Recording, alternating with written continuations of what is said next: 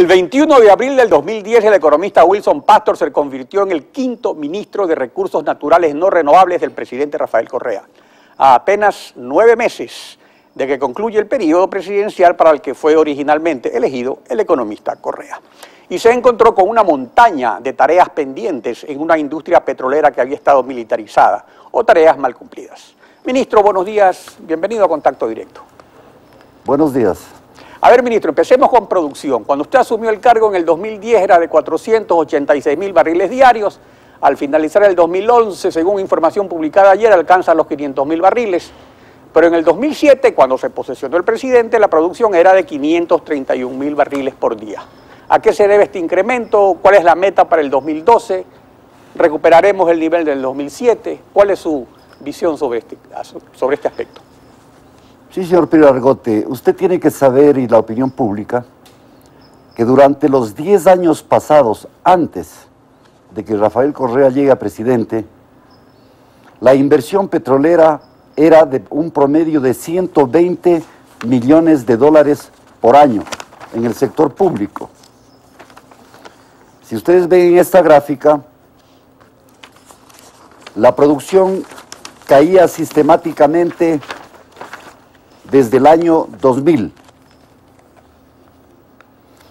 A partir del 2008 comienza a subir la producción por una sencilla razón.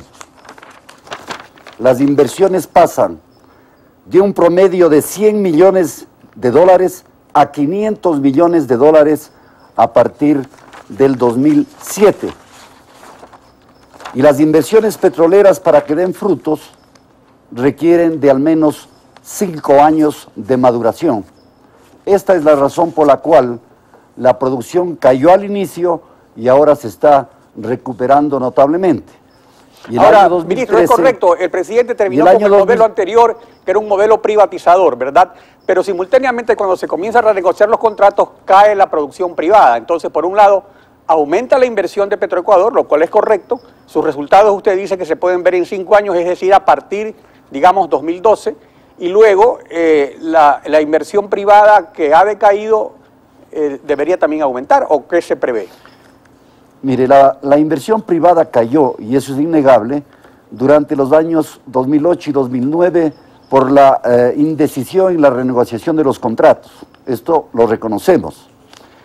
Pero a partir del presente año, en que las compañías se comprometieron a invertir 1.385 millones de dólares, en los próximos 5 años, este año, las inversiones subieron de 295 millones en promedio del 2009 y 10 a 440 millones de dólares del año 2011. Consecuentemente, la producción de las compañías privadas también aumentó en un 7%, pasando de aproximadamente de 137.000 barriles a 142.000 barriles del presente año, mejor dicho, el año 2012. Pero ahí también hay que considerar que parte de esa producción privada fue también asumida por Petroecuador, digamos. Eso fue otro elemento, ¿verdad? Le estoy comparando lo comparable. Sin la producción de Petrobras, las compañías han aumentado un 7%. De acuerdo. Ahora, en cuanto a reservas probadas, ¿verdad? Tenemos que en 5 años de gobierno se bajó de 4.200 millones del 2007 a 3.350 millones de barriles al finalizar el 2011.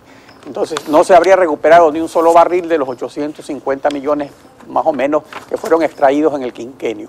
Entonces, ¿cuáles son las perspectivas de incrementar estas reservas probadas? Considerando que con lo que tenemos, nos quedaría petróleo para apenas unos 18 años, si es que explotamos el ITT.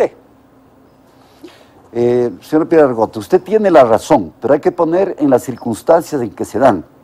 No habiendo invertido durante 10 años absolutamente nada en exploración en los gobiernos anteriores, es obvio que no hayamos encontrado reservas.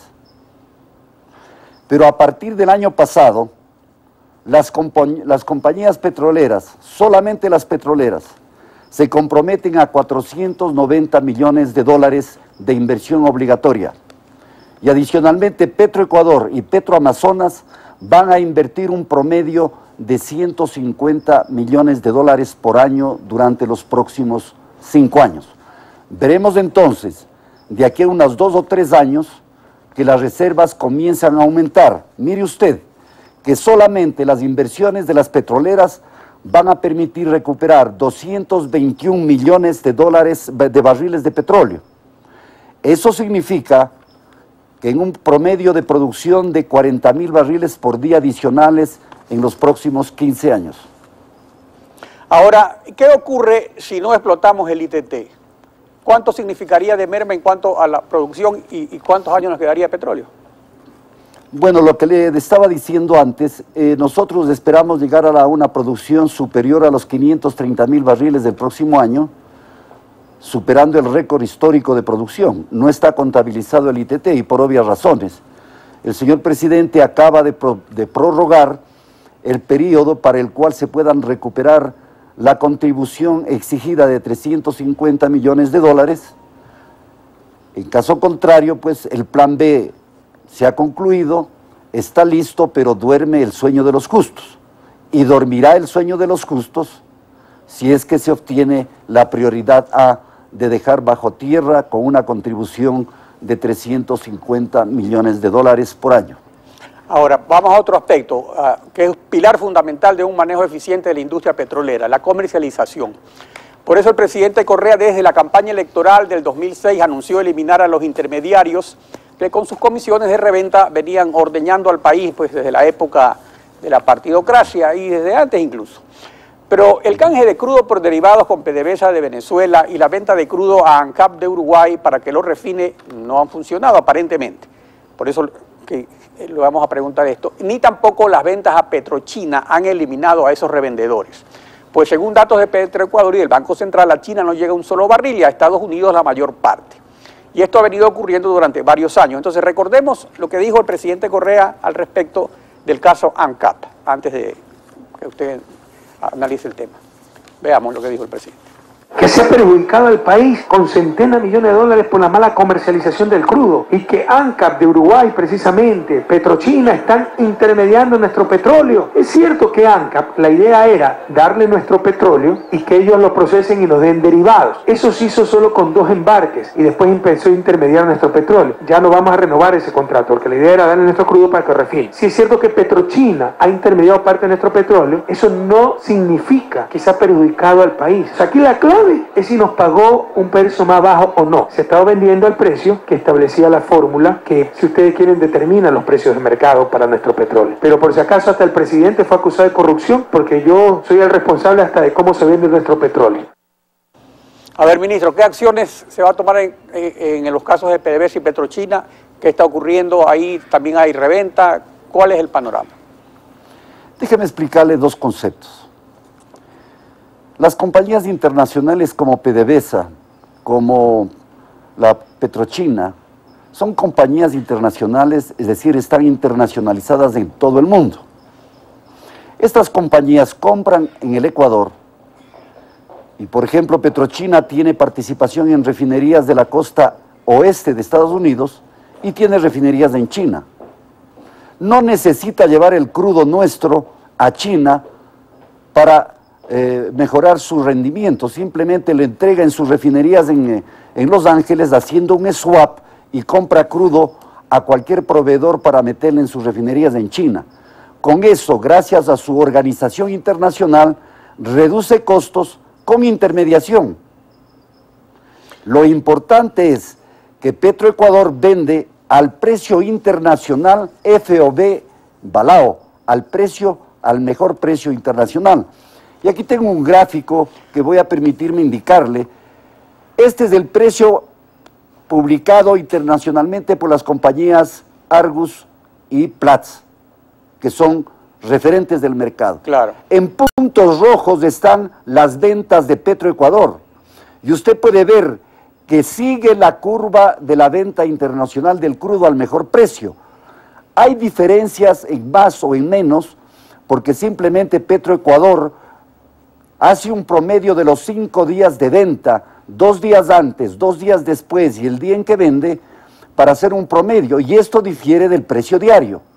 Eso es todo lo que ha pasado. Lo Ahora, que sé es que Petroecuador... Esto de las triangulaciones ha existido desde siempre, con las grandes compañías petroleras que tienen refinerías en todo el mundo. Y lo importante es la comparación de los precios efectivos del mercado con los precios que se acuerdan y con los que efectivamente se pagan. Por eso tal vez sería interesante que se haga una publicación para que se esclarezca definitivamente este asunto, porque este es un asunto vital pues para la economía del país, ¿verdad? Esto está en la página web, doctor Pinargote. No, yo sé, pero eso lo leemos... Yo le dejo a usted lo leemos pocas personas. Yo digo, como este es un gobierno que se ha distinguido tanto por esa propaganda tan exitosa en ciertos casos, debería ser propaganda esto también. Doctor Pinargote, ¿por qué no renovamos el contrato con ANCAP?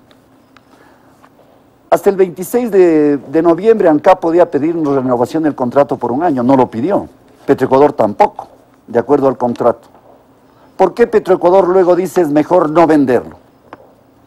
Porque necesitamos un 10% de la producción exportable para que pulse el contrato, el mercado a través de ventas de spot programadas.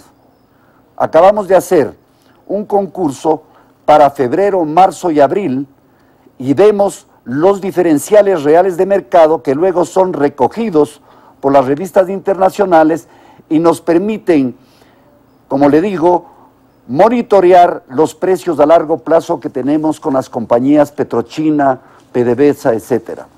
Ahora, en el asunto de la intermediación también ocurre con los derivados. Y Nielsen Arias, el gerente de Comercio Internacional de Petroecuador, es el responsable de exportaciones de crudo y de importaciones de derivados.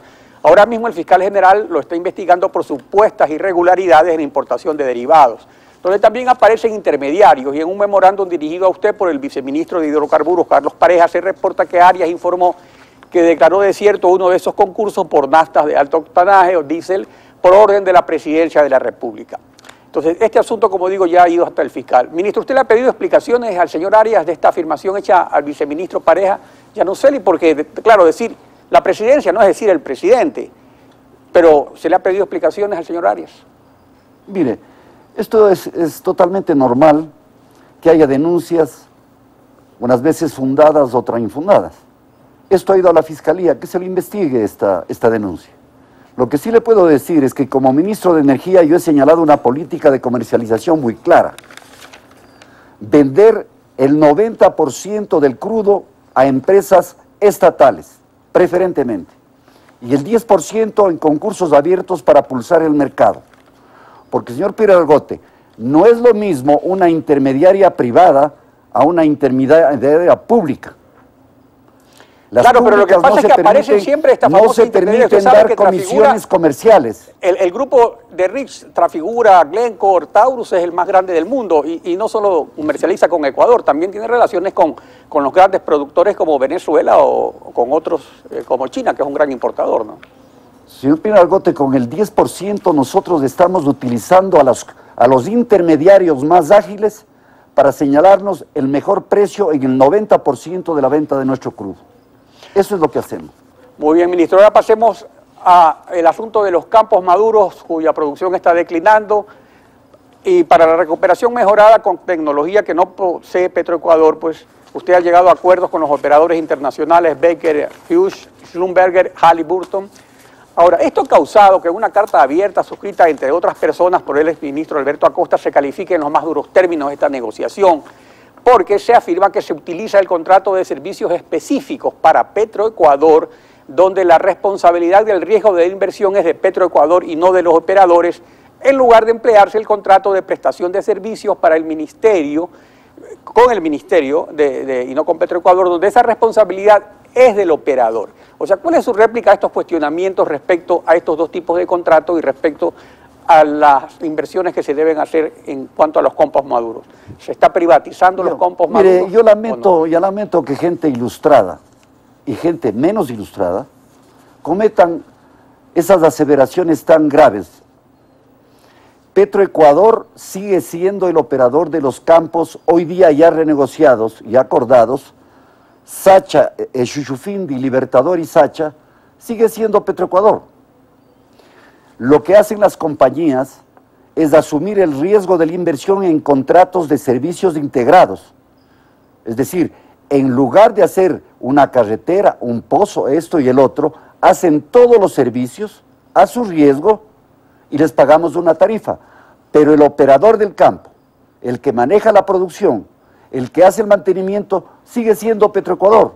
Dígame usted, doctor Pinargote, ¿de dónde sacamos 1.300 billones de dólares solamente para el campo Sachi, Shushufindi y Libertador en inversiones en recuperación mejorada que son de riesgo? En efecto, porque ¿No eso cree para el público que que es sepa, mejor la darles una recuperación mejorada, rentabilidad razonable a riesgo de ellos? claro, la recuperación mejorada es algo que no se ha hecho porque exige otra tecnología, no es la que se ha venido haciendo. Y esa es la diferencia fundamental, que se va a hacer algo que no se había hecho antes. Pero ahí también juega un rol importante la tarifa que se paga por esos servicios integrados. Entonces, ahí, ¿por qué se fija esa tarifa? Porque hay la diferencia con la que tiene Petroecuador, obviamente es mejorado. ¿Y cuál es la razón técnica de estas diferencias? Discúlpeme que me sonría, doctor Pinargote, pero cuando yo escucho barbaridades como las que escucho por algunas veces y algunas veces en su programa, dicen que Petroecuador tiene un costo de $10, Petroamazonas de 7, lo cual es cierto, es el costo operativo, pero no le suman las inversiones, no le suman los impuestos que hacen de la tarifa ya no $8 o 9, sino $16 como el campo Shushufindi, 17 en el campo Sacha. O sea que ese etcétera. es el costo real de Petroecuador, no son los $7 que se afirma, sino el que usted señala agregando las inversiones. Los costos de Petroecuador son costos operativos sin inversión alguna. Están confundiendo por ignorancia de contabilidad lo que es un full cost de lo que es un costo operativo. Bueno, puede ser por ignorancia o por razones políticas, eso ya es problema de eso no tengo la menor duda, doctor Pinargote, que algunos expertos que vienen acá sirven para atacar el gobierno sabiendo su ignorancia y su mentira. Bueno, no son eso tan sí. ignorantes porque tienen alguna documentación buena. Está bien, por eso es importante el debate en una democracia, ¿no? Que se hagan acusaciones. Eso es lo bueno, y yo por eso le agradezco que me dé la oportunidad de expresar mis conceptos y no me referirme a individuos. Y esa es la idea de este programa justamente. Para concluir, ministro, la modificación del contrato con PDVSA para el campo Sachi, el más importante de todos, donde PDVSA pues realmente fracasó en los 2 años de producción, de que bajaron del 2009 hasta el 2011 de 51.000 barriles a 59.000 barriles, ¿verdad? Además, PDVSA no tiene la tecnología que tienen Baker, Halliburton o la empresa estatal noruega Statoil, por ejemplo, para la recuperación mejorada. Sin embargo, ahora también a PDVSA se le amplía el contrato. ¿Cuáles son las razones para esto? ¿Qué garantías da PDVSA de que va a cumplir de igual forma cuando sabemos que en Venezuela también PDVSA contrata con estas empresas que tienen tecnología de punta?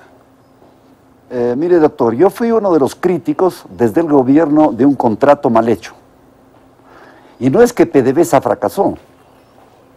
Fracasó Río Napo, fracasó el 70% de Río Napo, que es Petroecuador, y el 30% que es PDVSA.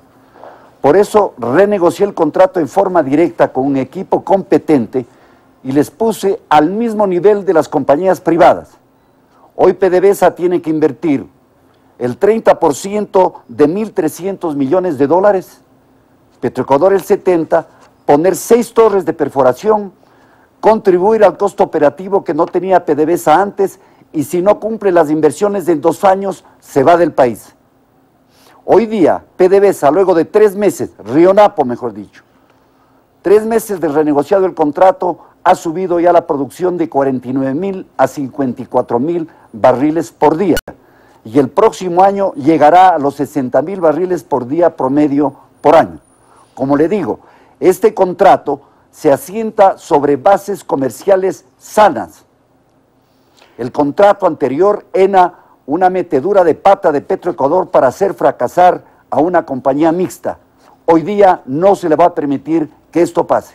Muy bien, ministro, los hechos son los que hablan. Revisaremos próximamente, en unos meses o el próximo año, cuáles son las cifras para ver sus resultados. Le agradezco su participación en Contacto Directo. De igual forma le agradezco su invitación. Estefi. Tiempo